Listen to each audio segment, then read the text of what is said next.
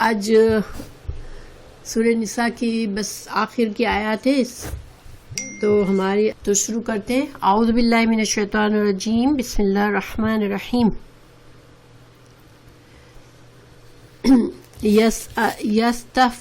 یستفتونک قل اللہ یفتیکم فی الکلالہ ان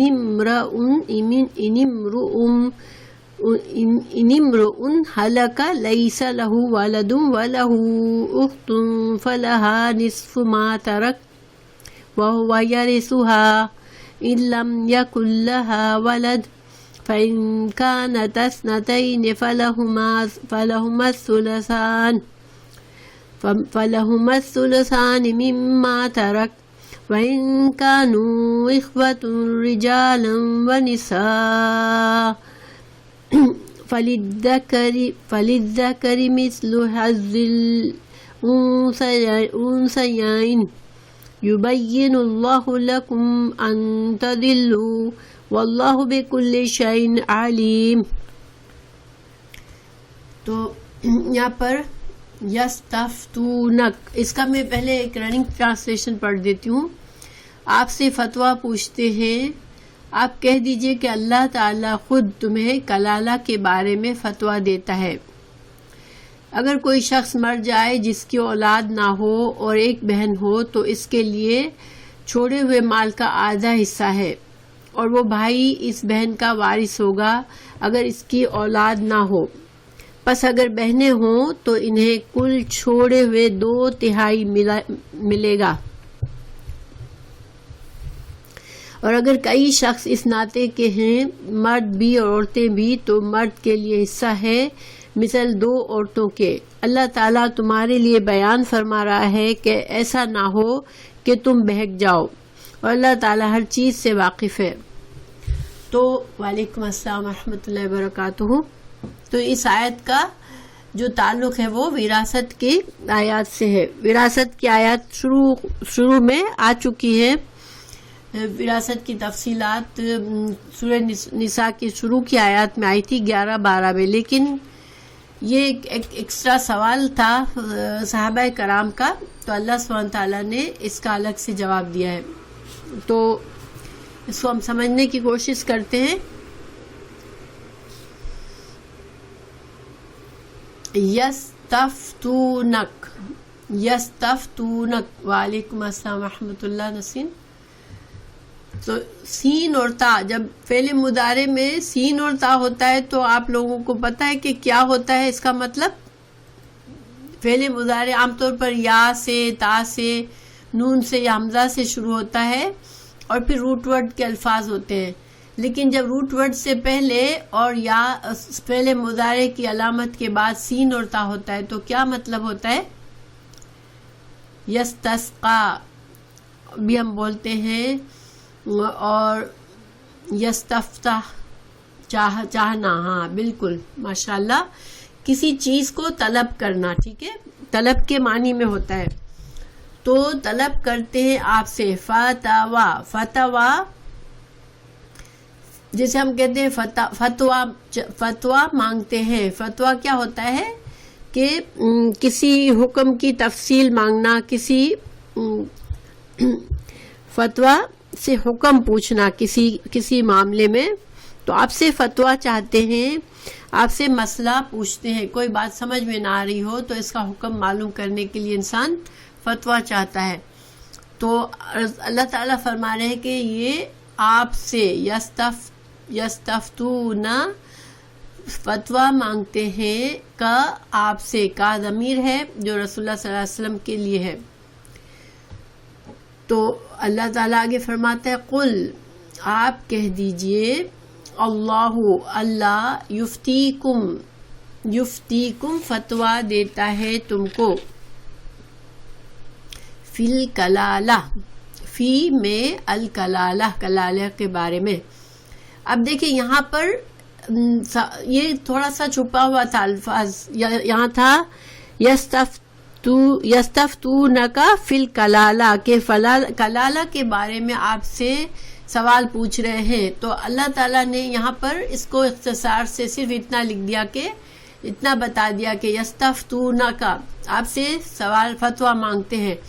کیا فتویٰ مانگتے ہیں یہ نہیں بتایا تھا، لیکن جواب میں خود ہی اس کو اب یہ آ گیا کہ کلالہ کے بارے میں اللہ فتویٰ دیتا ہے. مینس صحابہ کرام نے کلالہ کے بارے میں فتویٰ مانگا تھا. تو کلالہ کیا ہوتا ہے؟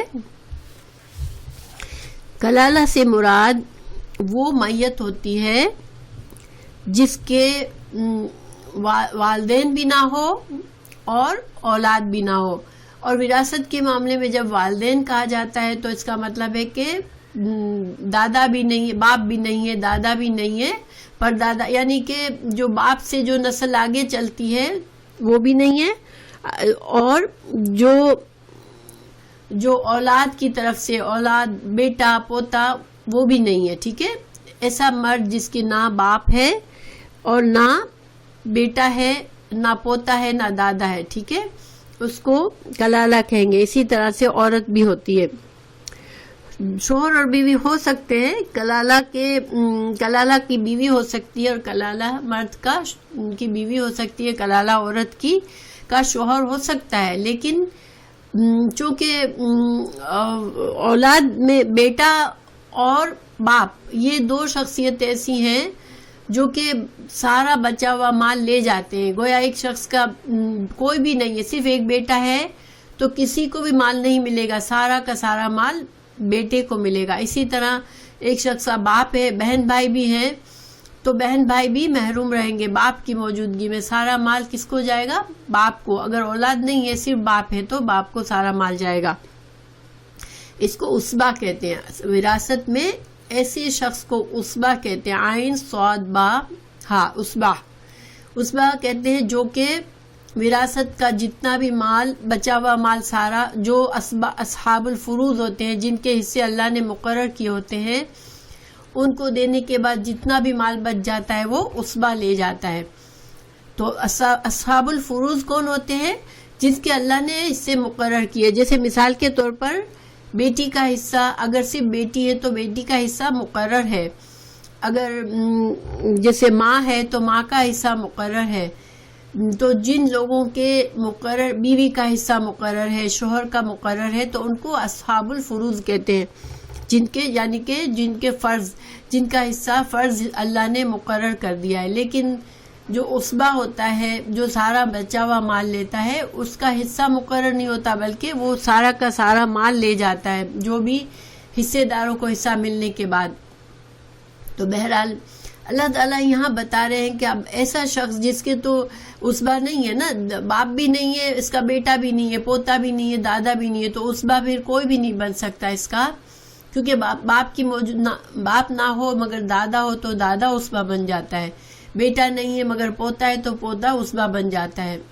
تو اب ایسے مرد یا ایسے عورت کا کیا ہو جس کے نہ اصل میں سے کوئی ہے اور نہ اس کی شاخ میں سے کوئی ہے، یعنی کہ اولاد بھی نہیں ہے اور باپ بھی نہیں ہے. تو اس کا اللہ تعالیٰ فتویٰ بتا رہے ہیں کہ اس کا کیا حکم ہے.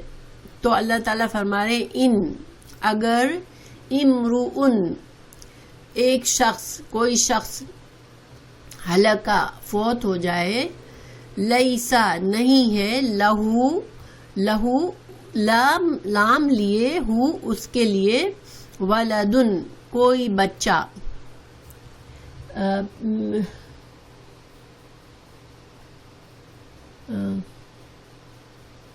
اوکے انشاءاللہ فسیہ میں کلیئر کروں گی ابھی، ٹھیک ہے، پریشان نہ ہو، انشاءاللہ ابھی کلیئر کرتی ہوں. تو اگر کوئی شخص فوت ہو جائے، نہیں ہے اس کے لیے ولد کوئی بچہ، ولہو اور اس کے لیے ہو، اختن ایک بہن، فلہا تو اس بہن کے لیے ہے، یہاں ضمیر کیا ہے؟ مؤنث کی ہے، تو فلا لیے ہاں اس عورت کے لیے، اس بہن کے لیے، نصف آدھا، ماں جو ترکا اس نے جو چھوڑا. ٹھیک ہے، اب یہاں پر اللہ سبحانہ تعالیٰ بتا رہے ہیں کہ جب کلالہ ہوتا ہے، کلالہ فوت ہو جاتا ہے تو کیا ہوتا ہے کہ اگر اس کی ایک ہی بہن ہے صرف تو اس بہن کو آدھا ملے گا. ٹھیک ہے, تو وَهُوَ اور اگر وہ خود اگر مر جائے, اس کی صرف بہن ہے, اس کا بھائی اس کی بہن ہے اور وہ مرتا ہے, تو یرثها تو بہن وارث ہوگی. إِن لَمْ يَكُنْ وَهُوَ يَرِثُهَا نہیں, اگر بہن مر جاتی ہے بھائی کی, یعنی بہن کلالہ ہے, اس کا کوئی نہیں ہے اور وہ مر جاتی ہے تو بھائی کو پورا حصہ مل جائے گا. یعنی کہ بہن کو تو آدھا ملے گا لیکن بھائی اس کا پورا حصہ لے جائے گا. ٹھیک ہے, ان لم یکن اگر نہ ہو اس کے لیے, لہا اس کے لیے, ولد اس کے لیے کوئی بیٹا نہ ہو. اچھا, اب دیکھیں یہاں پر اللہ سبحانہ تعالیٰ نے, میں نے آپ کو بتایا کہ کلالہ وہ ہوتا ہے جس کے نہ تو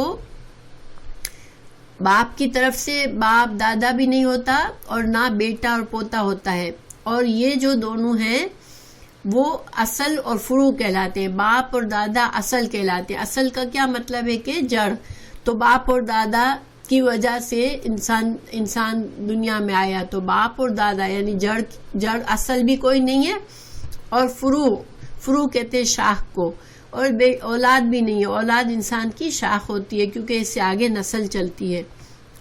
تو اب ایسے شخص کے لیے, لیکن یہاں پر اللہ تعالیٰ صرف ولد کی بات کر رہے کہ ایسا شخص جس کا کوئی بیٹا نہ ہو, تو یہاں باپ کا نام نہیں لکھا. تو یہاں پر علماء کیا کہتے ہیں کہ باپ جو ہے باپ بھی نہیں ہے, کیونکہ جب بہن جو ہے, باپ اگر زندہ ہوتا ہے تو بہن کو کچھ بھی نہیں ملتا. بہن جو ہے وہ معذوف پردے میں چلی جاتی ہے, یعنی کہ جیسے بہن ہے ہی نہیں, بہن کا حصہ نہیں ہوتا. تو چونکہ یہاں بہن کا حصہ اللہ نے ذکر کیا ہے تو اس کا مطلب ہے اللہ تعالیٰ نے لفظوں میں تو نہیں کہا کہ باپ بھی نہیں ہو, لیکن اس ٹیکسٹ کے جو سچویشن بتائی اس سے واضح ہوتا ہے کہ باپ بھی نہیں ہو. اور کلالہ حدیث سے بھی ہمیں بتایا گیا ہے کہ کلالہ ایسا شخص ہوتا ہے جس کا نہ بھائی نہ باپ ہو, نہ جس کی باپ بھی نہیں ہو اور جس کے اولاد بھی نہ ہو. ٹھیک ہے, تو اب یہ بات کلیئر ہے, یہاں تک سمجھ میں آئی بات.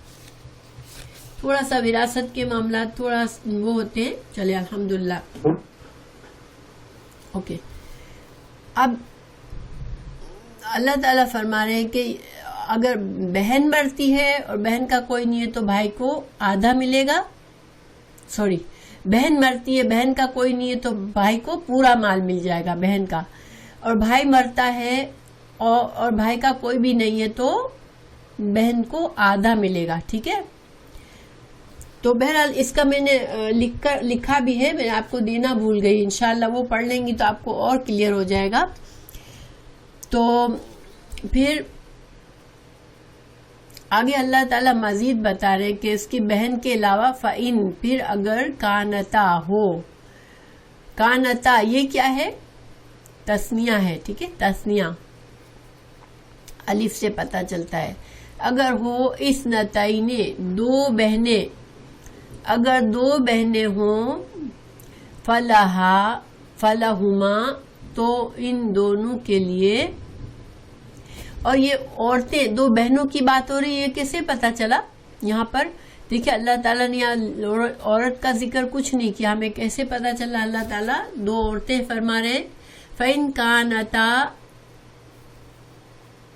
نہیں, تا کی وجہ سے. دیکھیں کانا, اف کانا ہوتا, ہاں ماشاءاللہ, کانا ہوتا تو دو مرد, کانتا تو دو عورتیں. ٹھیک ہے, تو اللہ تعالیٰ فرما رہے ہیں کہ مرنے والا آدمی کا کوئی بھی نہیں تھا, بیٹا بھی نہیں تھا, باپ بھی نہیں تھا, وہ مر گیا, مگر اس کی دو بہنیں ہوں گی تو کیا ہوگا؟ فَلَهُمَا تو ان دونوں کے لیے الثُّلُثَانِ, ثلثانی یہ بھی تثنیہ ہے, الف اور نون سے پتہ چلتا ہے. اور ثلث کہتے ہیں تیسرا حصہ, اور دو تیسرے حصے کا مطلب کیا ہوا؟ دو تہائی. ٹھیک ہے, من ما اس میں سے جو ترکا اس نے چھوڑا. اچھا, تو گویا اللہ تعالیٰ فرما رہے ہیں کہ ایک آدمی مرا، اس کا کوئی بھی نہیں تھا، صرف ایک بہن تھی، تو اس کو کتنا ملا تھا؟ کوئی نہیں تھا، صرف ایک بہن تھی، تو بہن کو کتنا ملا تھا؟ ابھی میں نے بتایا تھا آپ کو، آدھا، ٹھیک ہے. لیکن اگر دو بہنیں ہیں تو پھر کتنا ملے گا؟ دو بہنوں کے درمیان 2/3، یعنی 2/3 میں دونوں بہنیں آدھا آدھا کر لیں گی. اس کے مال کا پورے حصے کے 3 حصے کیے جائیں گے پورے مال کے، اور 3 میں سے 2 حصے بہنوں کو دے دیے جائیں گے اور بہنیں آدھا آدھا لے لیں گی. ٹھیک ہے، ہاں ماشاءاللہ. تو بہنیں اس 2/3 میں سے آدھا آدھا لے لیں گی. پھر اللہ تعالیٰ فرمانے وَإِن كَانُوا، اور اگر ہیں اخوتن، کئی بہنیں، ٹھیک ہے، 2 سے بھی زیادہ بہنیں ہیں مگر صرف بہنیں ہی ہیں، آدمی مر گیا، اس کا کوئی اور نہیں ہے، صرف بہنیں ہی بہنیں ہیں، 3 ہیں، 4 ہیں، 5 ہیں، تو کیا ہوگا پھر؟ یا اس میں بھائی بھی شامل ہیں. ٹھیک ہے، یعنی کہ بہن بھائی تو ہے، باپ اور بیٹے نہیں ہیں کسی آدمی کے. ٹھیک ہے، تو کیا ہوگا؟ رجالن، مرد، ونساءن، یعنی اس آدمی کے کچھ بھائی ہیں، کچھ بہنیں ہیں مگر نہ باپ ہے نہ بیٹا ہے. تو اس کے مال کو کیسے ڈیوائیڈ کیا جائے گا؟ اس کے مال کو، پورے مال کو لے کے اس طرح ڈیوائیڈ کیا جائے گا کہ ہر مرد کو دگنا حصہ عورت سے. جس طرح سے ہمیں پتا ہے کہ بہن اور بھائی کا حصہ ہوتا ہے کہ بہن کا 1 حصہ تو بھائی کے 2 حصے ہوتے ہیں. تو پورے مال کے سپوز اگر 3 بہن بھائی ہیں، 1 بھائی ہے اور 2 بہنیں ہیں، تو پورے مال کے 4 حصے کر کے 2 بہنوں کو 1/4 حصہ اور بھائی کو آدھا حصہ. فَلِلذَّكَرِ، تو مرد کے لیے مثلُ مانند حظی حصہ الانثیین، انثیین، انثا مینس عورت، یعین 2 تسنیہ ہے، 2 عورتوں کے حصہ کے برابر 1 مرد کا حصہ ہوگا. ٹھیک ہے، یہ بات کلیئر ہونی چاہیے انشاءاللہ، اس میں کوئی مشکل تو نہیں ہے. ہاں انشاءاللہ. یبین اللہ، بیان کرتا ہے اللہ لکم، تمہارے لیے، ان، یہ کہ تضلوا، تم گمراہ ہو جاؤ. تو یہاں جب ان ہوتا ہے تو ان کے اندر گرامر کے لحاظ سے لا چھپا ہوا ہوتا ہے. ٹھیک ہے، تو اصل میں ان لا تضلوا ہے. ٹھیک ہے، یہ گرامر کا قاعدہ ہے. ان تضلوا، اور تضلوا نہ تھا تو نون ان کی وجہ سے گر گیا، اور یہاں پر لا چھپا ہوا ہے، تو تم نہیں گمراہ ہو جاؤ. ٹھیک ہے، وعلیکم السلام ورحمۃ اللہ. اوکے. واللہ، اور اللہ تعالیٰ بکل شیء، ہر چیز پر علیم، جاننے والا ہے. تو یہاں پر خلاصہ کیا ہوا کہ جب کلالہ عورت مرتی ہے اور اس کا صرف 1 بھائی ہے تو سارا مال 1 بھائی لے جائے گا. اگر 1 سے زیادہ بھائی ہیں تو اس مال کو بھائی برابر تقسیم کر دیں گے. اگر بہنیں اور بھائی سب ملے ہوئے ہیں تو بہنوں کو آدھا، بھائیوں کو دگنا، بہنوں کو 1، بھائیوں کو ڈبل، اس طرح سے سارا مال ڈیوائیڈ ہو جائے گا. لیکن حدیث سے ہمیں پتہ چلتا ہے کہ اگر سپوز بہن کے ساتھ ساتھ اس کی ایک بیٹی بھی ہے، ٹھیک ہے، آدمی مر گیا، بیٹا نہیں تھا، باپ بھی نہیں تھا، مگر بیٹی تھی، 1 بیٹی اور 1 بہن ہے. تو چونکہ بہن جو ہے وہ عصبہ نہیں بنتی، ٹھیک ہے، بہن عصبہ نہیں بنتی، اس لیے سارا مال کبھی بھی بہن کو نہیں ملتا. چاہے بیٹی جو ہے اگر 1 بھی ہو تو سارا مال بیٹی کو نہیں ملتا، کیونکہ بیٹی عصبہ نہیں بنتی، اکیلی بیٹی. تو اکیلی بیٹی کو پھر بھی آدھا ہی ملے گا. اس کا جو حصہ اللہ نے فکس کیا ہوا ہے کہ 1 بیٹی ہو تو اس کو صرف آدھا ملتا ہے. یہ ہمیں کہاں سے پتہ چلتا ہے؟ سورہ نساء کی شروع کی آیات، جو 11-12 آیات میں بیٹی کا بتا دیا گیا ہے کہ اگر کسی آدمی کی صرف 1 بیٹی ہے، بیٹا نہیں ہے، تو بیٹی کو پھر بھی پورا مال نہیں ملے گا بلکہ آدھا ملے گا. تو اب ایک بیٹی اور ایک بہن ہے تو پھر کیا ملے گا؟ بیٹی کو آدھا اور بہن کو آدھا، ٹھیک ہے. اور اگر ایک بہن ہے، ایک بیٹی اور ایک پوتی بھی ہے، ٹھیک ہے. اب سب لڑکیاں ہی لڑکیاں ہیں، بیٹا مر چکا ہے، پوتی ہے، اس کی بیٹی بھی ہے اور اس کی بہن بھی ہے، تو کیسے تقسیم ہوگی؟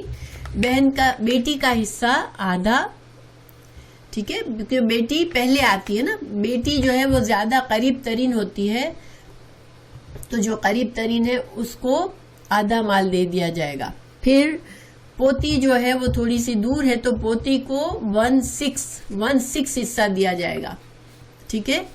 اور پھر بچا ہوا مال بہن کو دیا جائے گا، ٹھیک ہے. یہ ایڈیشنل چیز ہمیں حدیث سے پتہ چلتی ہے. اچھا، اگر ان کے شوہر اور بیوی ہوتے ہیں تو شوہر اور بیوی کا حصہ نکالنے کے بعد سیم تقسیم ہوتی ہے. اور آپ کو پتہ ہے کہ جب اولاد نہ ہو تو شوہر کو کتنا ملتا ہے؟ بیوی مر جاتی ہے، اولاد نہیں ہے تو شوہر کو کتنا ملتا ہے؟ آدھا، ٹھیک ہے. نہیں، 1/4 اس وقت شوہر کو ملتا ہے جب اولاد ہو، ٹھیک ہے. مگر اولاد نہ ہو تو شوہر کو آدھا حصہ دے دیا جائے گا. اس کے بعد یہ بہنوں بھائیوں کی تقسیم ہوگی، ٹھیک ہے. اگر بیوی ہے، شوہر مر گیا، بیوی زندہ ہے اور بچے نہیں ہیں تو بیوی کا کتنا ہوتا ہے؟ بچے نہ ہو تو بیوی کا حصہ کتنا ہوتا ہے؟ ہاں، عورت کا حصہ 1/4 ہوتا ہے. تو اگر بیوی ہے اور بہن بھائی ہے تو بیوی کو پہلے 1/4 دے دیا جائے گا، پھر باقی سارے مال میں اسی طرح بہنوں بھائیوں کی تقسیم ہوگی جیسے میں نے آپ کو بتایا یہاں پر، ٹھیک ہے. تو یہ وراثت کا ایک حصہ جس کی تفصیل واضح نہیں تھی صحابہ کرام پر، تو انہوں نے سوال کیا اور اس کا جواب اللہ تعالیٰ نے دے دیا. تو انشاءاللہ کلیئر ہوگا. ویسے یہ جو بہن بھائی ہے نا، یہاں پر جو بہن بھائی ہیں وہ کون سے؟ سگے بہن بھائی ہیں یا پھر باپ ایک ہے اور ماں الگ ہے، ٹھیک ہے. تو ان کی تفصیلات ہے یہ. لیکن بعض اوقات ایسا ہوتا ہے کہ ماں کی شادیاں ایک سے زیادہ ہوئی ہوتی ہے اور بہن بھائی ایسے ہوتے ہیں کہ سب کی مائیں ایک ہے لیکن باپ الگ ہے، تو ان کی ڈویژن مختلف ہے، ان کی ڈویژن اس طرح نہیں ہے، ٹھیک ہے. یہ کون سے بہن بھائیوں کی ڈویژن ہے؟ جن کا باپ ایک ہو یا پھر وہ سگے بہن بھائی ہو، یعنی ماں اور باپ ایک ہو، تب یہ ڈویژن ہوتی ہے. جب ماں جو ہے ایک ہے، باپ الگ الگ ہے، تو پھر اس کو اخیافی بہن بھائی کہتے ہیں، اخیافی، ٹھیک ہے. اللہ تعالیٰ نے اخیافی بہن بھائی کا حصہ مخصوص رکھا ہے، ان کو اپنے مخصوص حصے سے زیادہ نہیں ملتا. یعنی کہ دیکھیں، سگے بہن بھائی کیا ہوتے ہیں کہ بچا ہوا سارا مال لے جا سکتے ہیں، لیکن ماں کی طرف کے بہن بھائی کبھی بھی سارا مال نہیں لے جاتے. ان کا حصہ کیا ہے کہ اگر ایک ہو تو 1/6، اگر ایک سے زیادہ ہو تو 1/3 میں سارے اخیافی بہن بھائیوں کا حصہ ملے گا، ٹھیک ہے. وہ الگ سے قانون ہے جو کہ سورہ نساء کی آیت نمبر 12 میں بتا دیا گیا تھا کہ ماں کی طرف کے بہن بھائیوں کا ایک اللہ نے مخصوص حصہ رکھا ہے، وہ کبھی بھی پورا مال نہیں لے گا. اور اس کا مخصوص حصہ کیا ہے؟ اگر ایک ہو تو اس کو 1/6، اگر ایک سے زیادہ ہو تو اس کو، چاہے بہن بھائی ہو تو 1/3 میں سارے بہن بھائی برابر حصہ لیں گے. اس میں وہاں پر آدھا اور جیسے لڑکیوں کا 1 اور لڑکوں کا 2 کا ڈویژن نہیں ہوگی، بلکہ کیا ہوگا؟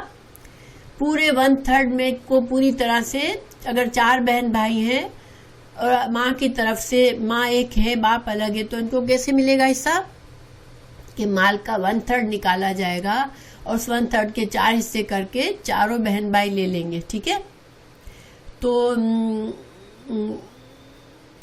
صحیح 1/3 میکسیمم دیا جاتا ہے ماں کی طرف سے بہن بھائی ہو تو، ان کو کبھی اس سے زیادہ نہیں ملتا، ان کا حصہ فکس ہے. مگر باپ ایک ہو یا دونوں سگے بہن بھائی ہو، یعنی ماں باپ دونوں ایک ہو، تو پھر بعض صورتوں میں پورا مال لے جا سکتے ہیں، ٹھیک ہے. بات سمجھ آ گئی؟ جب کوئی اور نہیں ہے تو بہن بھائی پورا مال بھی لے جائیں گے. عصبہ کبھی بھی نہیں، ماں کی سائڈ سے عصبہ کبھی نہیں بنتا، اور عصبہ جو ہے وہ سارا مال لے جا سکتا ہے. تو چلو انشاءاللہ یہ تو ہماری یہ آیت پوری ہوئی. ویسے دیکھیں یہ تو اللہ تعالیٰ نے سمجھایا ہے ہمیں، لیکن وراثت کا علم ایسا ہے کہ جب بھی کوئی ایسی سچویشن ہو تو انسان کو کسی عالم کے ساتھ بیٹھ کر، جس کو آتا ہے وراثت کا علم آتا ہے، اس کے ساتھ بیٹھ کے اچھی طرح سے اپنی تفصیلات لینی چاہیے کہ کس طرح مال تقسیم کرے. کیونکہ یہ اللہ تعالیٰ نے اس کو بہت اہمیت دی ہے کہ وراثت کے قانون کی پابندی بہت زیادہ ضروری ہے. انسان مر جاتا ہے تو اس کا مال پھر اللہ کی مرضی سے تقسیم ہوتا ہے. اس میں پھر انسان کی اپنی کوئی وہ نہیں رہتی. اللہ نے جس طرح سمجھایا ہے اس طرح مال کی تقسیم بہت ضروری ہے. ٹھیک ہے، تو باقی یہ کہ یہ تھوڑا سا ہمارے ذہن میں پڑا ہوا ہوتا ہے تو ہمیں پتہ ہوتا ہے کہ ہمیں کچھ کرنا ہے، ہمیں اس کے بارے میں صحیح علم حاصل کر کے ہمیں اس کی تفصیلات کرنی ہے. دوسری بات یہ کہ یہ جو علم ہے جو وراثت کا، اس کو کہتے ہیں علم الفرائض. فرائض حمزہ ضاد، فرائض فرض، یعنی کہ جو فرض سے ہوتا ہے نا، اسی طرح فرائض، علم الفرائض. اور اس کو اللہ نے فرض کفایہ بنایا ہے، یعنی کہ کسی اسلامی معاشرے میں اگر کوئی بھی اس علم کو نہیں سیکھتا تو سارے لوگ گنہگار ہوتے ہیں، لیکن اگر کچھ لوگ سیکھ لیتے ہیں تو سارے معاشرے کے لیے گناہ سے، سارے معاشرے کو ایک طرح سے یہ ہو جاتا ہے کہ ٹھیک ہے یہ معاشرہ اللہ کے فرما برداری میں ہے. لیکن اگر کوئی بھی نہیں سیکھتا، کسی کو پتہ ہی نہیں ہے کہ وراثت کا قانون کیا ہے، اور اگر کوئی اس معاشرے میں کوئی انتقال کرتا ہے تو کسی کو نہیں پتا کہ اللہ کا قانون کیا ہے اس کے بارے میں، تو وہ پورا معاشرہ ذمہ دار ہوتا ہے، گناہ گار ہوتا ہے کہ یہ فرض کفایہ ہے، اس کو ضرور پورا کرنا ہے. معاشرے کے ہر فرد کو نہیں، لیکن کچھ لوگوں کو ضرور پورا کرنا ہے. ٹھیک ہے، سورہ نساء آپ کو پتا ہے کہ کون سی سورہ ہے؟ نمبر 4. ٹھیک ہے، سورہ نمبر 4 ہے. اللہ تعالیٰ نے 7 بڑی صورتیں نازل فرمائی ہیں، تو اس میں یہ تیسری بڑی صورت ہے. سورہ بقرہ میں ہم نے سورہ فاتحہ میں اللہ تعالیٰ نے ہمیں ایک دعا سکھائی کہ اہدنا الصراط المستقیم، سیدھے راستے کا، ہمیں سیدھا راستہ بتا دے، وہ راستہ جو جنت تک جاتا ہو، پھر اس پر چلنے کی ہدایت دے دے، اور پھر اس پر چل کر ہمیں جنت تک پہنچا دے. ٹھیک ہے، پھر اللہ سبحانہ تعالیٰ نے اس دعا کے بعد ہمیں سورہ بقرہ میں اللہ تعالیٰ نے ہمیں ہدایت کا راستہ دکھایا ہمیں. ٹھیک ہے، یہاں سے تو سورہ بقرہ میں ہمیں کیا کیا اہم چیزیں بتائی گئی تھی. 4 بڑے بڑے پیراگراف ہیں اس میں. تو ایک پیراگراف کا مقصد یہ ہے کہ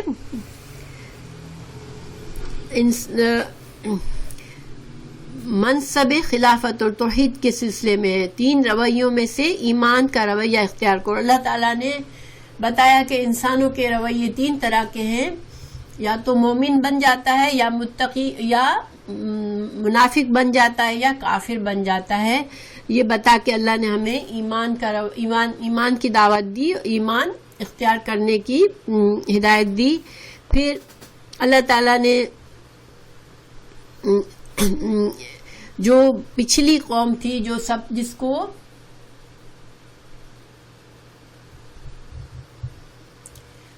شادات کو نہ ہائڈ کرے،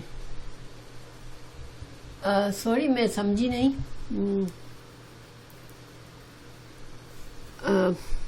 تو بہرحال اس کے بعد اللہ تعالیٰ نے ایک مثال دی اس قوم کی، جس کو اللہ نے کتاب دی تھی جو ہم سے پہلے، اور پھر اللہ تعالیٰ نے ان کے جرائم بتائے کہ انہوں نے اللہ کی کتاب کے ساتھ ہاں بالکل بنی اسرائیل کی مثال ہمیں دی کہ انہوں نے اللہ کی کتاب سے، اور ان کو اللہ نے جو امامت کا درجہ دیا تھا ان کے بارے میں انہوں نے کیا رویہ اختیار کیا، ان کے سارے جرائم بتائے اور ان کو اس منصب سے اتار دیا. اللہ تعالیٰ نے جو ان کو ایک عہدہ دیا تھا امامت کا کہ تمام انسانوں کو اللہ کا پیغام پہنچانے کا، اس عہدے سے ان کو نکال کر امت مسلمہ کو یہ ذمہ داری دی وہ کب کی تھی؟ قبلے کی تبدیلی کے بعد. پھر اللہ تعالیٰ نے سورہ بقرہ میں اسلام میں مکمل داخل ہونے کی دعوت دی اور شریعت کے احکامات پر عمل کر کے ہم کو امت وسط بننے کی اور فرائض انجام دینے کی تلقین کی اور احکامات دیے. اور آخری شریعت کے احکام پر نیک نیتی کے ساتھ حسب استطاعت عمل کر کے غلبہ اور اختیار حاصل کرو. یہ مسلمانوں کو سمجھایا. مسلمانوں کو نئی جیسے نئے مسلمان ہو رہے تھے ان کو بیسک احکامات دیے، نماز وغیرہ کے، حج کے، یہ ساری بتائے چیزیں. سورہ آل عمران میں اللہ تعالیٰ نے عیسائیوں کے بارے میں ہمیں بتایا. پھر امت مسلمہ کو جنگ، ظاہری بات ہے اس زمانے میں بہت زیادہ دشمنوں میں گھرے ہوئے تھے مسلمان، تو جنگی آداب بتائے اور تنظیم بتائی کہ جنگ میں مل کے رہو، آپس میں پھوٹ نہ پڑنے پائے اور تم ایک بن کے رہو. اور اللہ تعالیٰ نے بہت سے مسلمانوں کی اصلاح فرمائی، مگر کس طرح سے؟ دشمنوں کے مقابلے میں تم کو کیسا بن کے رہنا ہے. پھر سورہ نساء میں اللہ تعالیٰ نے مرکزی مضمون کیا ہے سورہ نساء کا کہ ساری دنیا کو، خاص طور سے اہل کتاب یہود اور نصارہ کو دعوت اسلام دی گئی ہے اور مسلمانوں کو نفاق سے بچ کر خالص توحید کے ساتھ چلنے کی توفیق دی ہے، یعنی چلنے کی ہدایت دی ہے، اور خاندان سے لے کر ریاست تک ایک مضبوط اجتماعیت قائم کرنے کا حکم دیا ہے. اس لیے کہ جب تک مسلمان آپس میں مضبوط نہیں ہوں گے، مسلمانوں کے خاندانوں میں آپس میں پیار محبت اور یونٹی نہیں ہوگی، جب تک ایک معاشرہ نہیں بنے گا، ایک ریاست نہیں بنے گی، اور مسلمانوں کے جب تک سارے خاندان مل جل کے نہیں رہیں گے تو ایک اچھی ریاست نہیں بنے گی. تو مسلمانوں کو آپس میں مضبوط بننے کی اس میں زیادہ سے زیادہ اس سورہ میں زیادہ سے زیادہ اس پر حکم دیا گیا ہے. پھر اس کے 9 پیراگراف ڈیوائیڈ کیے گئے ہیں اس کے مضامین کے لحاظ سے. پہلے پیراگراف میں آیت 1 سے 43 تک ہم ایک خوبصورت معاشرہ کیسے بنائیں، ایک گھر کا خاندان کا ماحول کیسے خوبصورت بنائیں، پھر معاشرے کو کیسے خوبصورت بنائیں، اس کے احکامات دیے گئے ہیں. اور سورہ نساء کس زمانے میں نازل ہوئی ہے؟ یہ 3 ہجری میں جب جنگ احد ہوئی تو بہت سے مسلمان شہید ہو گئے، تو خاندان جیسے معاشرے میں اتنی بیوائیں اور یتیم بچے آ گئے جن کے حقوق کے لیے احکامات دیے گئے. اور پھر یہ 3 سے 6 ہجری تک اس کے بارے میں تھوڑے تھوڑے احکامات آئے. جنگ بنو المصطلق میں تیمم کا حکم آیا تھا، تو وہ بھی اس آیت میں اسی سورہ میں ہے. تو اس کو انشاءاللہ ہم ذرا سا ڈیٹیل سے پہلے پیراگراف سے چلتے ہیں، ہر پیراگراف کی تھوڑی تھوڑی ہم سمجھیں گے.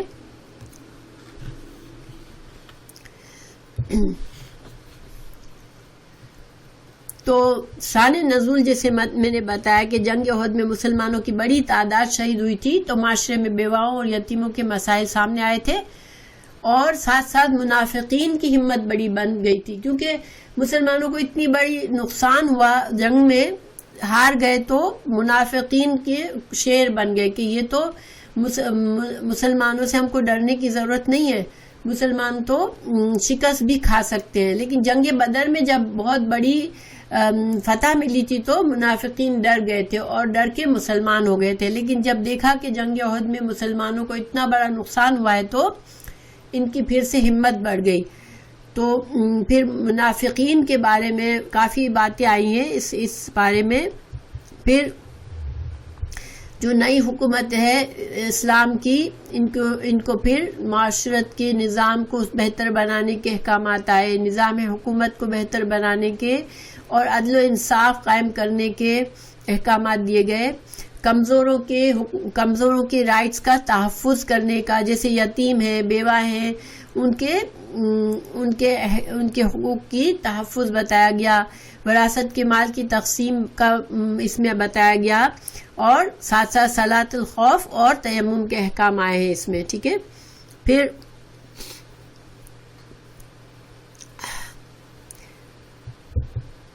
اب یہ کہ ہم پہلے پیراگراف کو دیکھتے ہیں. اچھا، ایک اور خاص بات سورہ نساء میں یہ کہ مہر کو بہت زیادہ، عورت کا مہر ہوتا ہے اس کو بہت زیادہ اہمیت دی گئی ہے کہ مہر جو ہے وہ اس کو بار بار دہرایا گیا ہے، مہر کے احکامات، اور مہر کو مختلف ناموں سے ذکر کیا ہے. صدقات بھی کہا ہے، آتوہن صدقات، عورتوں کو ان کے مہر خوش اسلوبی سے دو. پھر کہا فریضاتن، فریضہ اس کو فرض بتایا، اس کو اجور بتایا، اور اس کو قنطار کہا. یعنی کہ مہر کے احکامات مختلف طریقے سے بار بار لائے گئے اور ان کو ایسے اہم ناموں سے ان کا ذکر کیا گیا. مہر کہا گیا، صدقات کہا گیا، فریضہ کہا گیا، اجور اور قنطار کہا گیا.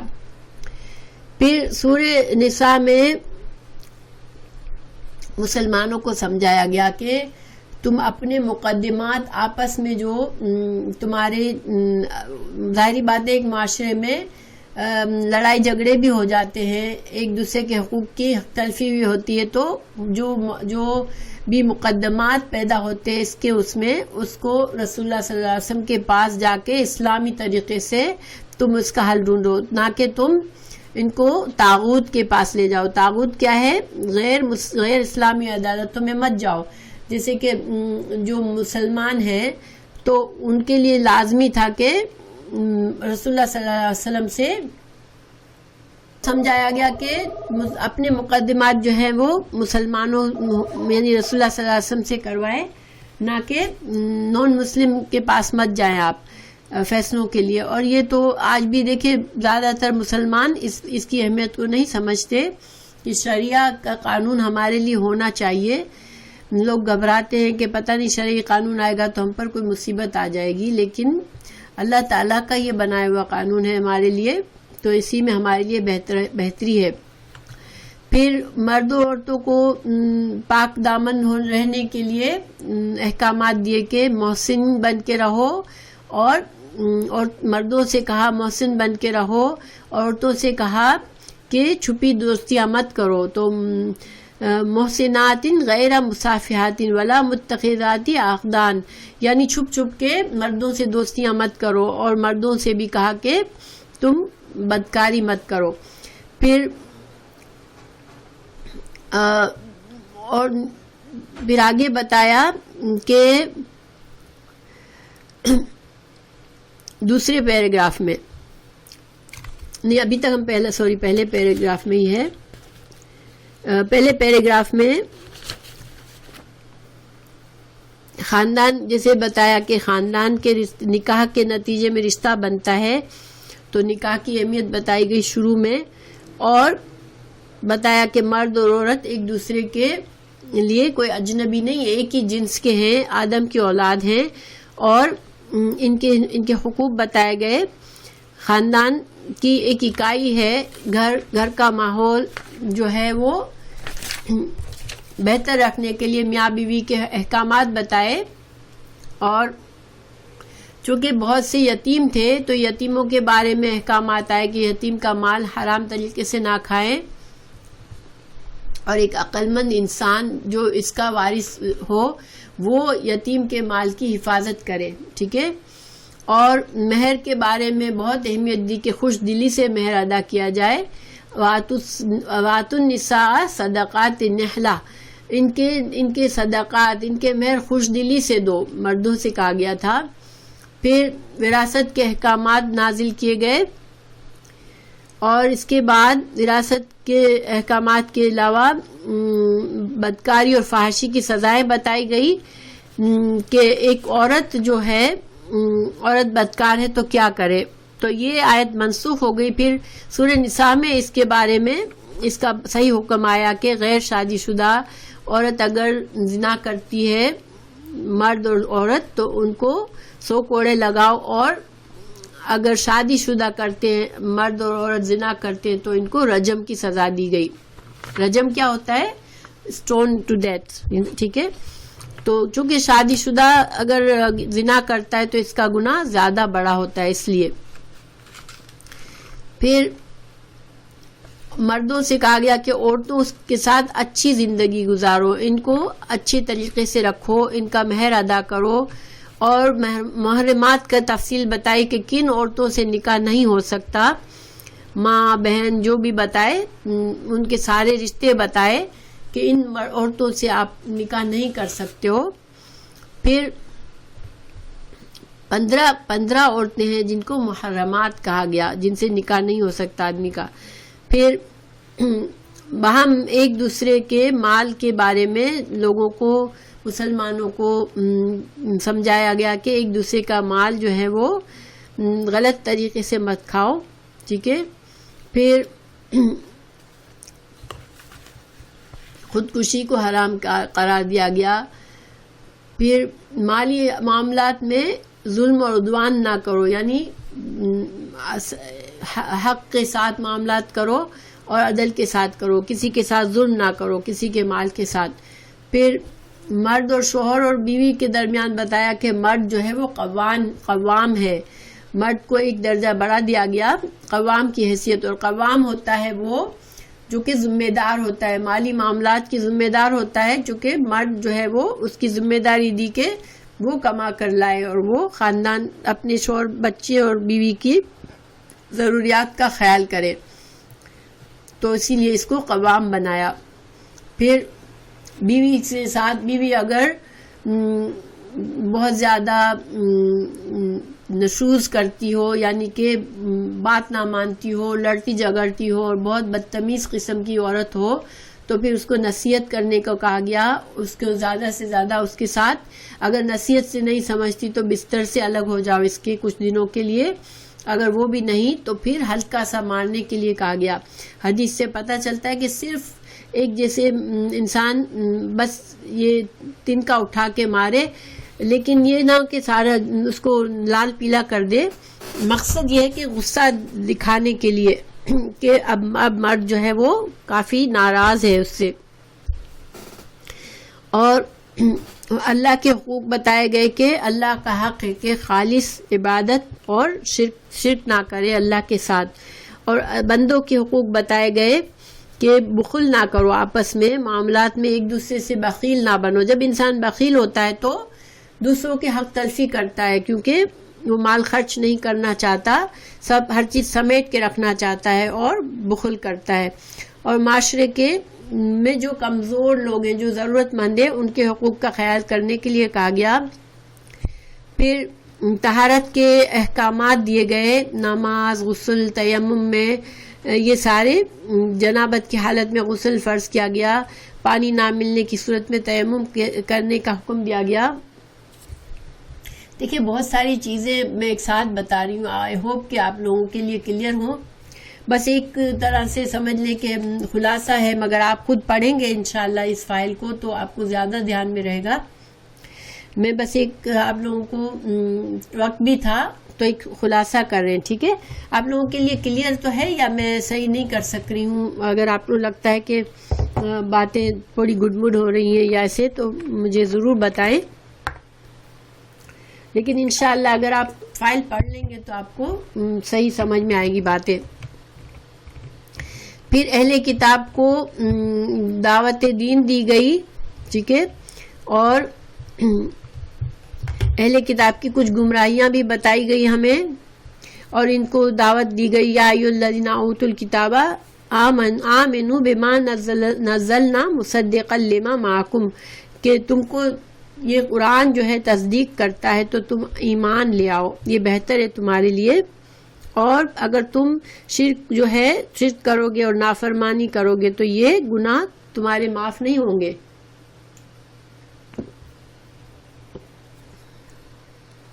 الحمدللہ۔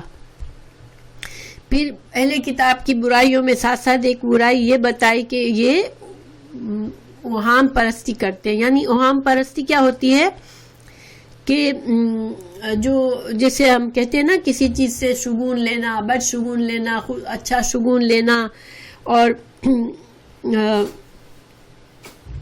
یہ جو جتنی بھی چیزیں ہیں نا، جو جیسے آج کل تو خیر مسلمان بھی ہوراسکوپ میں اور بلیو کرتے ہیں، مگر ہمیں اس سے منع کیا گیا ہے.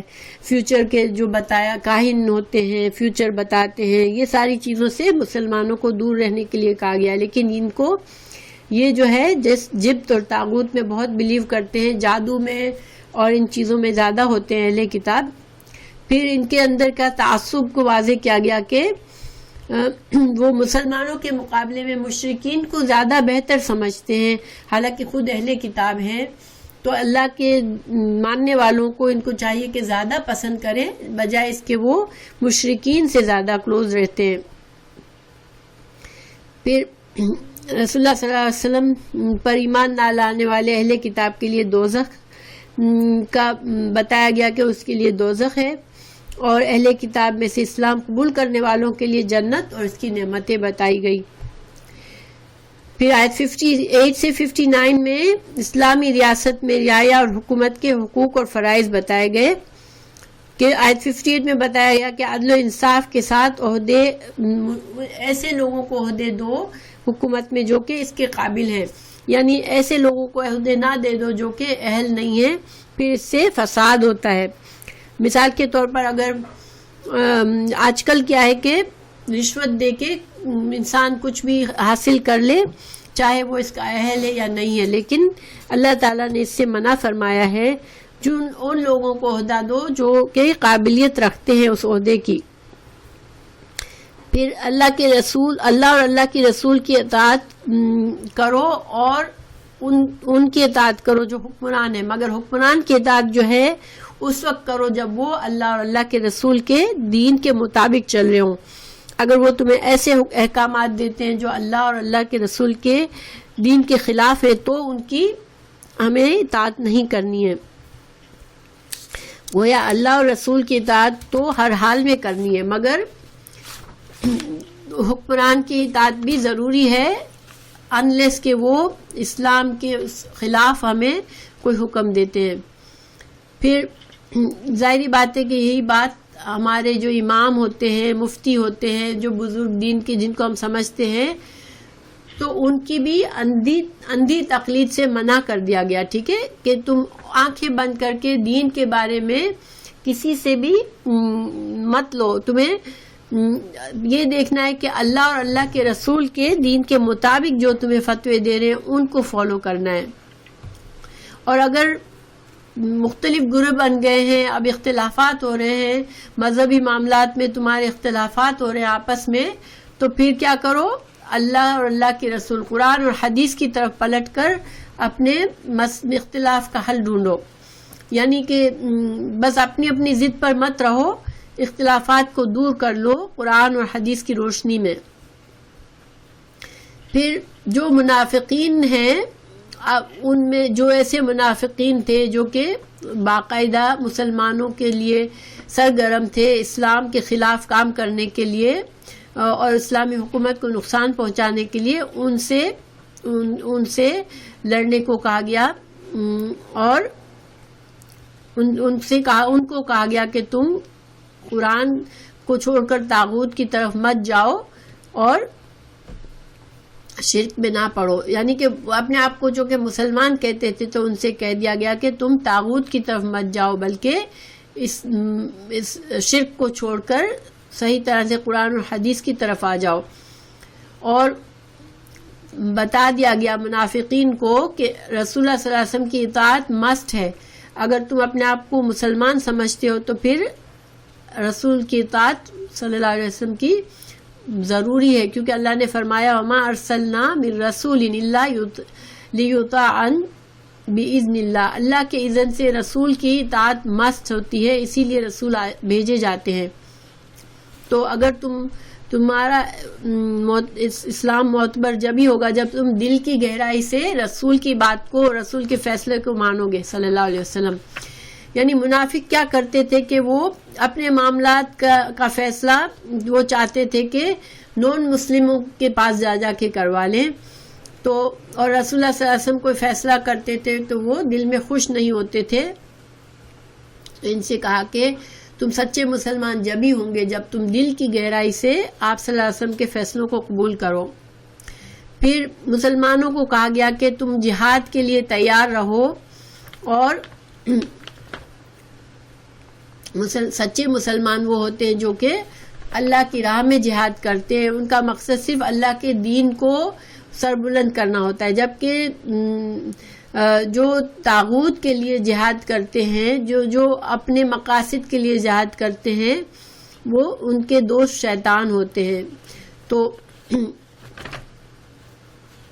اور منافقین کی ایک اور برائی یہ بتائی کہ زبان سے تو پہلے کہتے تھے کہ ہم کو لڑنا ہے، جب اللہ نے کہا تھا ابھی لڑائی نہیں کرنی تو وہ جوش میں تھے کہ ہم کو جنگ کا حکم کیوں نہیں آتا، اور جب جنگ کا حکم آیا تو وہ پریشان ہو گئے کہ ہم کو ابھی کیوں اللہ تعالیٰ نے جنگ کا حکم دے دیا۔ تو اللہ تعالیٰ نے اس رویے پر تنقید کی ان کے۔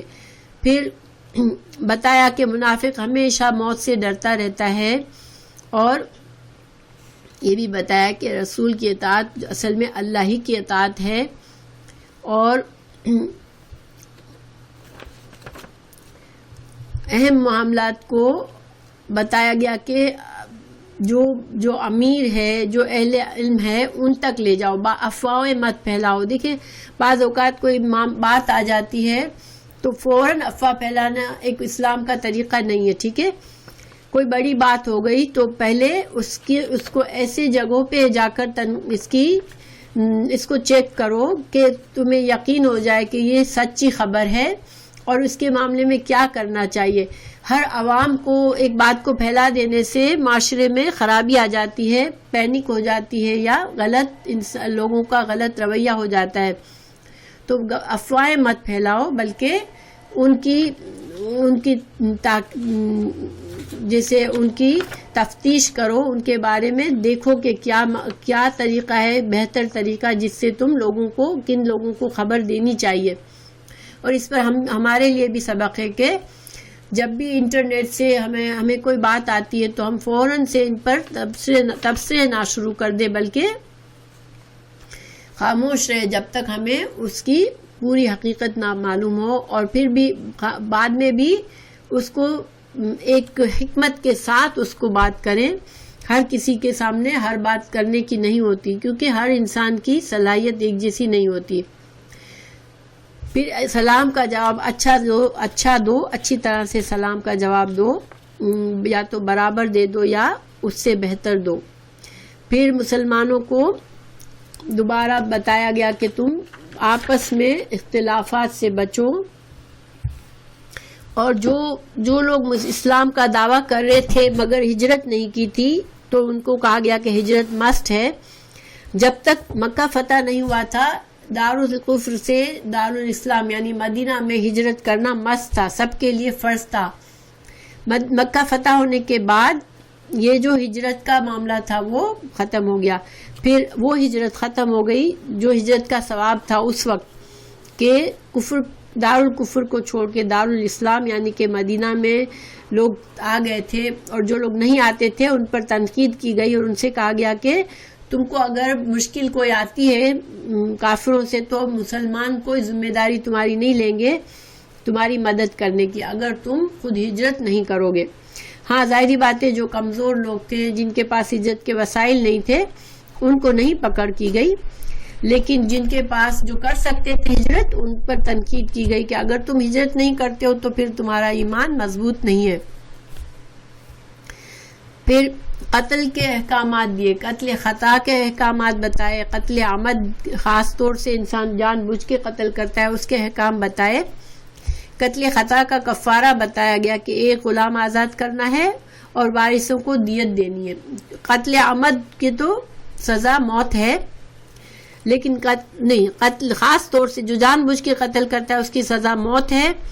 جس سے غلطی سے قتل ہو جاتا ہے وہ کیا کرے کہ ایک مسلمان کو قتل کر دیا غلطی سے، تو پھر کیا کرے، ایک تو ایک غلام آزاد کرے کفارے کے طور پر، اور وارثوں کو دیت دے، اور دیت 100 اونٹ ہوتی ہے، تو 100 اونٹ کی قیمت کافی ہوتی تھی اس زمانے میں۔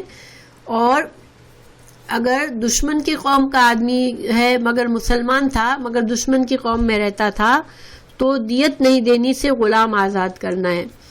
اور مگر ایسی دشمن کی قوم ہے جس کے ساتھ معاہدہ ہے تو پھر کیا کرنا ہے، دیت بھی دینی ہے اور اس کو غلام بھی آزاد کرنا ہے. اگر غلام نہ ہو تو پھر کیا کرنا ہے، 2 مہینے کے مسلسل روزے رکھنے ہیں. تو گویا قتل خطا جو ہے، انسان غلطی سے کسی کا قتل کر دیتا ہے مسلمان کا، تو اس کو اللہ کی طرف سے بھی اپنی معافی کے لیے غلام یا تو آزاد کرے یا 2 مہینے کے مسلسل روزے رکھے. یہ تو اس کو سر سے قتل کا گناہ سے یہ آزاد ہو جائے گا. لیکن وارثوں کا حق ادا کرنے کے لیے دیت دی جائے گی، یعنی کہ اللہ کا حق بھی ادا کرو اور بندوں کا بھی. تو بندوں کا حق یہ ہے کہ وارثوں کو دیت دو. پھر جہاد کی فضیلت بیان کرتے ہوئے کہہ دیا گیا کہ جو مسلمان خود کو مسلمان کہتے ہیں مگر جہاد کے وقت نہیں نکلتے، اور جب جہاد ایسا ہوتا تھا کہ بعض اوقات رسول اللہ صلی اللہ علیہ وسلم سب سے اعلان عام نہیں کرتے تھے کہ سب کو نکلنا ہے، بس ایک اعلان کر دیتے تھے کہ جہاد پر جانا ہے. تو جو لوگ آ جاتے تھے جہاد کے لیے ان کا اجر زیادہ بتایا، اور جو گھر میں بیٹھ کر دعائیں کرتے تھے کہ اللہ تعالیٰ مسلمانوں کو فتح دے مگر خود نہیں جاتے تھے تو ان کو ایک درجہ کم ہے ان کے لیے اجر و ثواب. پھر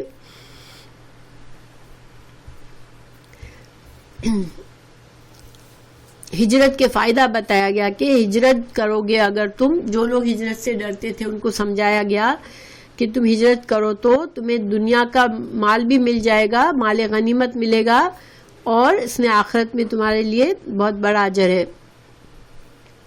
پھر صلاۃ خوف کے احکامات بتائے گئے کہ اگر تم جنگ کی حالت میں ہو تو آدھی فوج پہلے نماز پڑھے اور آدھی فوج جو ہے وہ دشمن کی نگرانی کرے، اور جب وہ پڑھ لے تو پھر دوسری جماعت نماز پڑھ لے. لیکن جب امن کے حالات میں نماز کو وقت کی پابندی کے ساتھ پڑھنا لازمی قرار دیا گیا، آیت نمبر 103 میں. پھر قرآن کے نزول کی حکمتیں بتائی گئی آیت 105 سے 115 تک کہ قرآن اور حدیث کی روشنی میں اللہ کے رسول جو ہے وہ لوگوں کے درمیان فیصلہ کرے، اور رسول اللہ صلی اللہ علیہ وسلم کے بعد بھی قرآن اور حدیث کا ہمیں کیا فائدہ ہے کہ لوگوں کے آپس کے اختلافات کے فیصلے اسی کی روشنی میں کیے جائیں. پھر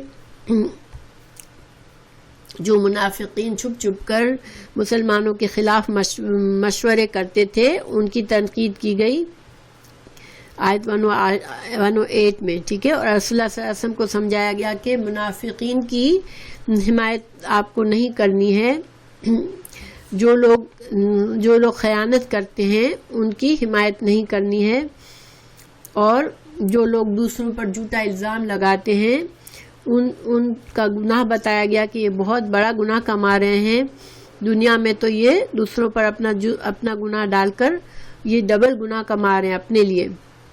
پھر کسی بھی قسم کا گناہ ہونے کے بعد آیت 112 میں بتایا گیا کہ انسان جب اللہ کی طرف پلٹتا ہے، معافی مانگتا ہے تو اللہ غفور رحیم ہے، اللہ تعالیٰ معاف فرما دیتا ہے.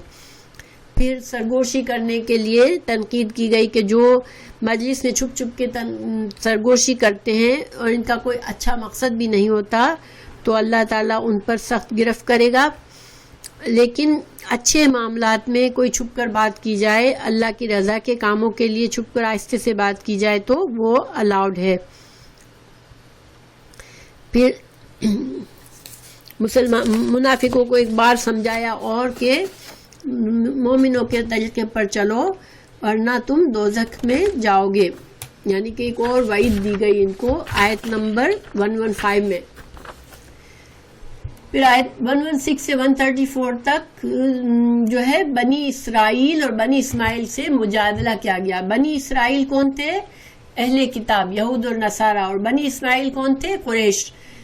چونکہ قریش حضرت اسماعیل کی اولاد میں سے تھے تو ان سے مجادلہ کیا گیا، یعنی ان کو دعوت مجادلہ دی گئی اور ان کو اسلام کے احکامات دے کے ان سے کہا تھا کہ مباہلہ کے لیے کہا گیا تھا کہ کیونکہ بنی اسماعیل جو قریش تھے وہ فرشتوں کو اللہ کی بیٹیاں کہتے تھے، تو اور جو بنی اسرائیل جو تھے وہ بھی یعنی کہ آپ کو پتہ ہے کہ حضرت عیسیٰ علیہ السلام کو اللہ کا بیٹا بنایا، یہودیوں نے عزیر کو اللہ کا بیٹا سمجھا، تو دونوں کو کہا گیا کہ حضرت ابراہیم کی اولاد ہو تم، اور حضرت ابراہیم جو تھے وہ یکسو مسلمان تھے، تو ان کے طریقے کی پیروی کا حکم دیا دونوں کو کہ جنت میں اگر تمہیں جانا ہے تو تم اپنی جھوٹی خواہشات سے نہیں داخل ہو جاؤ گے، کیونکہ یہودیوں، عیسائیوں اور مشرکین سب کی خوش فہمیاں تھی کہ ہمارے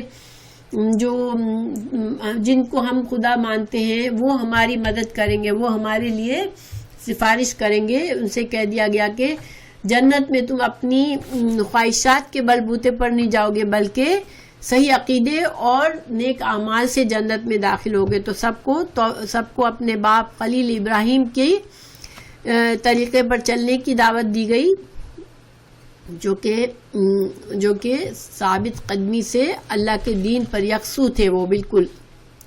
پھر یتیموں اور بیواؤں کے بارے میں ایک بار پھر عدل کا حکم دیا گیا، اور بنی اسرائیل اور بنی اسماعیل دونوں کو تقوی کا حکم دیا گیا، اور بتا دیا گیا کہ تم اگر نہیں مانو گے تو اللہ تعالیٰ تم کو نکال کے کوئی اور قوم لے آئے گا۔ اللہ تعالیٰ فرمائے ان یشاء یذہبکم ایھا الناس ویأتی بآخرین، اگر تم نہیں ماننا چاہتے سارے دلائل کے بعد بھی تو اللہ قادر ہے کہ تم کو تباہ کر کے نئی اچھی قوم لے آئے جو کہ اللہ کے فرما بردار ہوگے۔ پھر بتایا گیا کہ اللہ کے پاس تو دنیا اور آخرت کا دونوں ثواب موجود ہے، تو تم صرف دنیا کی خاطر آخرت کا ثواب، اللہ سے دور ہو کر آخرت کا ثواب مت لوز کرو، یعنی تمہیں دنیا بھی ملے گی، تم یہ نہیں کہ تم فرما بردار بن جاؤ گے تو تمہیں دنیا نہیں ملے گی۔ اللہ تعالیٰ نے فرمایا وعند اللہ ثواب الدنیا والآخرہ، اللہ کے پاس دونوں کی نعمتیں موجود ہیں، تو تم اللہ کے فرما بردار ہو کے دونوں نعمتیں حاصل کرو، نہ کہ آخرت کو چھوڑ کے صرف اپنی منمانی کر کے صرف دنیا کے پیچھے رہو۔ پھر مسلمانوں کو آیت 135 سے 152 میں بتایا گیا کہ تم منافقت کو چھوڑ کر اسلام کا نظام عدل و قسط قائم کرو، یعنی اسلام جو ہے وہ عدل چاہتا ہے، تو ہر شعبے میں عدل و انصاف ہونا چاہیے، تمام رشتوں میں حقوقی پابندی ہونی چاہیے، تو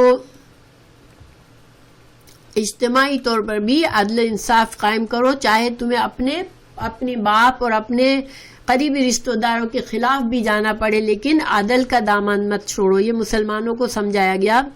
کونوا قوامین بالقسط شہداء للہ ولو علی انفسکم او الوالدین والاقربین، چاہے تمہارے والدین کے خلاف تم کو جانا پڑے، چاہے تمہارے رشتہ داروں کے خلاف، لیکن اللہ کے انصاف کو پکڑ لو مضبوطی سے۔ اور جو کمزور ایمان کے مسلمان تھے ان سے کہا گیا یا ایھا الذین آمنوا آمنو، اے لوگوں جو ایمان لائے ہو، جو ایمان کا دعویٰ کر رہے ہو، پورے دل سے پکے مسلمان بن جاؤ، اور جو مسلمان آدھے تھے اور جو غیر مسلمانوں کے طرف اپنی محبتیں بڑھا رہے تھے ان کو روکا گیا، اور مسلمانوں سے کہا گیا کہ اگر تم ایسی مجلس میں بیٹھے ہو جہاں کے اللہ کی آیتوں کا مذاق اڑایا جا رہا ہے، اللہ کی دین کا مذاق اڑایا جا رہا ہے، تو تم وہاں مت بیٹھو۔ فلا تقعدوا معهم حتى يخوضوا في حديث غيره، تو غیر دیکھیں جہاں بھی ایون ہمارے لیے بھی ہے کہ جس جگہ پر جس مجلس میں اسلام کے شریعت کے بالکل دھجیاں اڑائی جا رہی ہیں اور ایسے طریقے سے مجلس میں سب ہیں کہ جو اسلام کے بالکل خلاف ہے، جو اسی وجہ سے ہمیں ایسی جگہوں سے بچنے کے لیے کہا گیا۔ اللہ تعالیٰ نے منافقین اور کافرین کو جہنم میں جمع کرنے کا بتایا اور منافقین کی صفات بتائی آیت 141 سے 147 تک۔ پھر اللہ نے بتایا کہ یہ تو اس انتظار میں ہے کہ کون آگے منافق جو دل سے ایمان نہیں لائے وہ انتظار میں ہے کہ کس طرف سے کون سی سائڈ جو ہے وہ باقی رہتی ہے، مسلمانوں کی یا مشرکین کی. تو اس وجہ سے وہ دونوں طرف سے اپنے فائدے دیکھ رہے تھے، وہ اللہ کو دھوکہ دے رہے تھے، مسلمانوں کو دھوکہ دے رہے تھے. ان سے کہا گیا کہ ان کی جو نماز کے لیے بھی آتے ہیں تو وہ سستی سے آتے ہیں. ٹھیک ہے، نماز میں سستی جو ہے وہ منافقت کی نشانی ہے. پھر جب نماز پڑھتے ہیں تو صرف لوگوں کو دکھانے کے لیے پڑھتے ہیں، مگر اللہ کو بالکل یاد نہیں کرتے نماز میں. گویا کہ نماز اللہ کی یاد کے لیے ہوتی ہے. ٹھیک ہے، جب ہم نماز پڑھیں تو ہمیں بھی خود کو یاد دلانا ہے کہ ہم اللہ کے سامنے کھڑے اور اللہ کی یاد کرنے کے لیے کھڑے ہیں. تو ہمیں زیادہ سے زیادہ کوشش کر کے اپنا فوکس رکھنا چاہیے. پھر جو کچے ایمان کے لوگ مذبذب ہوتے ہیں، کبھی ادھر جھکتے ہیں کبھی ادھر جھکتے ہیں، تو ہمیں مضبوط رہنا ہے مسلمان بننے کے لیے. اور کافروں سے دلی دوستی نہ کرو، کیونکہ وہ تمہارے دلی دوست نہیں ہے، وہ تمہارا دل سے تمہارے خیر خواہ نہیں ہوتے ہیں. پھر منافقین کو بتایا گیا کہ وہ سب سے نچلے حصے میں جائیں گے، جہنم کے سب سے زیادہ نچلے حصے میں منافقین کو ڈالا جائے گا، کیونکہ وہ دھوکہ دیتے ہیں اور اسلام کے نام پر کفر کرتے ہیں. پھر بتایا گیا کہ کسی کے بارے میں کسی کی برائی کو اچھالو مت. کوئی بری بات جو ہے وہ سر عام کرنا اللہ کو نہیں پسند ہے. البتہ جو مظلوم ہے وہ ظالم کی شکایت کر سکتا ہے، لیکن بری بات کو پھیلانا اور سر عام کرنا، کسی کی برائیاں کرنا ہر وقت یہ اس سے منع کیا گیا. لا يحب اللہ الجہر بالسوء من القول. تو بری بات کو عام کہنا یہ پسند نہیں اللہ کو. پھر اللہ اور رسول کے سچے ایمان کی صورت میں جنت کی بشارت دی گئی آیت 152 میں.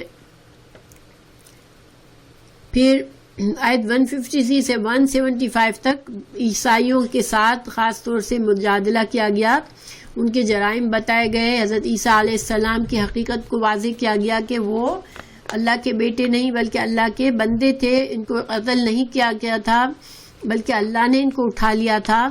اور یہ بتایا گیا کہ حضرت عیسیٰ خود بھی مریم کے بیٹے تھے اور ان کو کوئی بھی وہ نہیں تھا، آر نہیں تھی کہ وہ اللہ کے بندے خود کو سمجھتے ہوں، بلکہ اللہ کا بندہ بننے میں ایک مسلمان جو ہے وہ مومن اس میں فخر محسوس کرتا ہے. اور نہ ہی فرشتے جو اللہ کے قریب ترین فرشتے ہیں وہ کبھی اپنے آپ کو اتنا بڑا سمجھتے ہیں کہ وہ تکبر کریں کہ اللہ کے بندے کہلانے میں ان کو بھی کوئی آر نہیں ہے. بلکہ رسول اللہ صلی اللہ علیہ وسلم کے بھی اکرام اسی میں تھا کہ اللہ نے جب کبھی اچھے موقع پہ جب کبھی ان کی عزت بڑھانی ہوتی تھی تو عبدی میرا بندہ کہہ کر بات کرتے تھے. اللہ تعالیٰ نے میرا بندہ کا ریفرنس کہا ہے قرآن میں رسول اللہ صلی اللہ علیہ وسلم کے لیے ان مقامات پر جہاں پہ رسول اللہ صلی اللہ علیہ وسلم کو عزت اور اکرام دینا تھا. جیسے اسراء کے موقع پر اللہ نے فرمایا کہ سبحان الذی اسراء بعبدہ، اس کے اپنے بندے کو اللہ اسراء پر لے گیا، رات کے سفر پر لے گیا. پھر ایمان کی دعوت دی گئی دوبارہ تمام انسانوں کو، تمام حقائق بتانے کے بعد کہ یہ رسول جو ہے وہ پچھلے انبیاء کی طرح ہیں، یہ کوئی نئے رسول نہیں ہے، یعنی کوئی نیا انوکھا طریقہ نہیں ہے ان کا. اور یہ تمام لوگوں کو، تمام انسانوں کو آخری رسول صلی اللہ علیہ وسلم کی پر ایمان لانے کی دعوت دی گئی. آیت نمبر 170 میں یا ایھا الناس قد جاءکم الرسول بالحق من ربکم فآمنوا خیر لکم، اگر تم ایمان لے آتے ہو تو یہ تمہارے لیے بہتر ہے. پھر اہل کتاب کو غلو اور مبالغہ آرائی سے بچنے کا حکم دیا. عیسائیوں کے عقیدہ تثلیث ٹرینٹی کے بارے میں تنقید کی گئی کہ تم اس سے باز آ جاؤ. حضرت عیسیٰ اللہ کے بندے تھے. پھر دوبارہ سے ایک دعوت اسلام دی گئی کہ یہ قرآن جو ہے وہ برہان ہے اور نور ہے، اور اس پر ایمان لانا ضروری ہے. یا ایھا الناس قد جاءکم برہان من ربکم وانزلنا الیکم نورا مبینا. آیت نمبر 174 میں اللہ نے یہ دوبارہ سے اعلان کیا، دعوت ایمان دی سب کو. پھر آخر میں انبیاء لا کر اس کی پیروی کرنے والوں کے لیے رحمت اور صراط مستقیم کی بشارت دی کہ جو لوگ انبیاء پر ایمان لائیں گے اور نیک اعمال کریں گے پھر ان کو اللہ تعالیٰ جنت کا راستہ دکھائے گا. پھر آخر میں بالکل 9ویں پارے میں یہ کلالہ کا حکم آیا جو ہم نے آج پڑھا. تو الحمدللہ پورا خلاصہ کیا ہے، مرکزی مضمون اس کا کہ مسلمانوں کو ہدایت کی گئی کہ ساری دنیا کو بالخصوص اہل کتاب اور نصارہ کو دعوت اسلام ہے اس میں، اور مسلمانوں کو منافقت سے بچتے ہوئے توحید خاص کے ساتھ رہنے کو کہا گیا. خاندان کے لیے اور ریاست کے لیے ایک مضبوط اجتماعیت قائم کرنے کے احکامات دیے گئے. خاندان پر اللہ نے بہت زور کیوں دیا ہے کہ خاندان جو ہے وہ ایک اکائی ہے، جس سے ایک بنیاد ہے جس پر پورے معاشرے کی بنیاد بنتی ہے. ایک اس سے خاندان بنتا ہے اور خاندان سے ریاستیں بنتی ہیں. تو جتنا زیادہ اس خاندان کے افراد ایک دوسرے کے حقوق کا خیال رکھیں گے اتنا مضبوط وہ معاشرہ بنے گا. اس لیے شوہر اور بیوی کے حقوق و فرائض کا خیال، یتیموں کے، بیواؤں کے، رشتہ داروں کے حقوق کا خیال یہ بہت ضروری ہے تاکہ ایک اسلام کی پوری ریاست جو ہے وہ مضبوط بنے. اور منافقت کو ختم کرنے کے لیے زیادہ زور کیوں دیا کہ منافقت سے اسلام کی اجتماعیت پر اثر آتا ہے اور اسلام کی جو حکومت ہوتی ہے وہ کھوکھلی ہو جاتی ہے. اور اس کے علاوہ یہ کہ مسلمانوں کو یہ فرض بتایا گیا کہ وہ اہل کتاب کو اسلام کی دعوت میں کوشش کرتے رہے، یعنی ہمیں ان کی برائیاں دیکھ کے ان کو اکیلا نہیں چھوڑنا بلکہ ان کو اسلام کی دعوت دیتے رہنا ہے انشاءاللہ اخلاص کے ساتھ. تو یہ تھا سورت کا خلاصہ.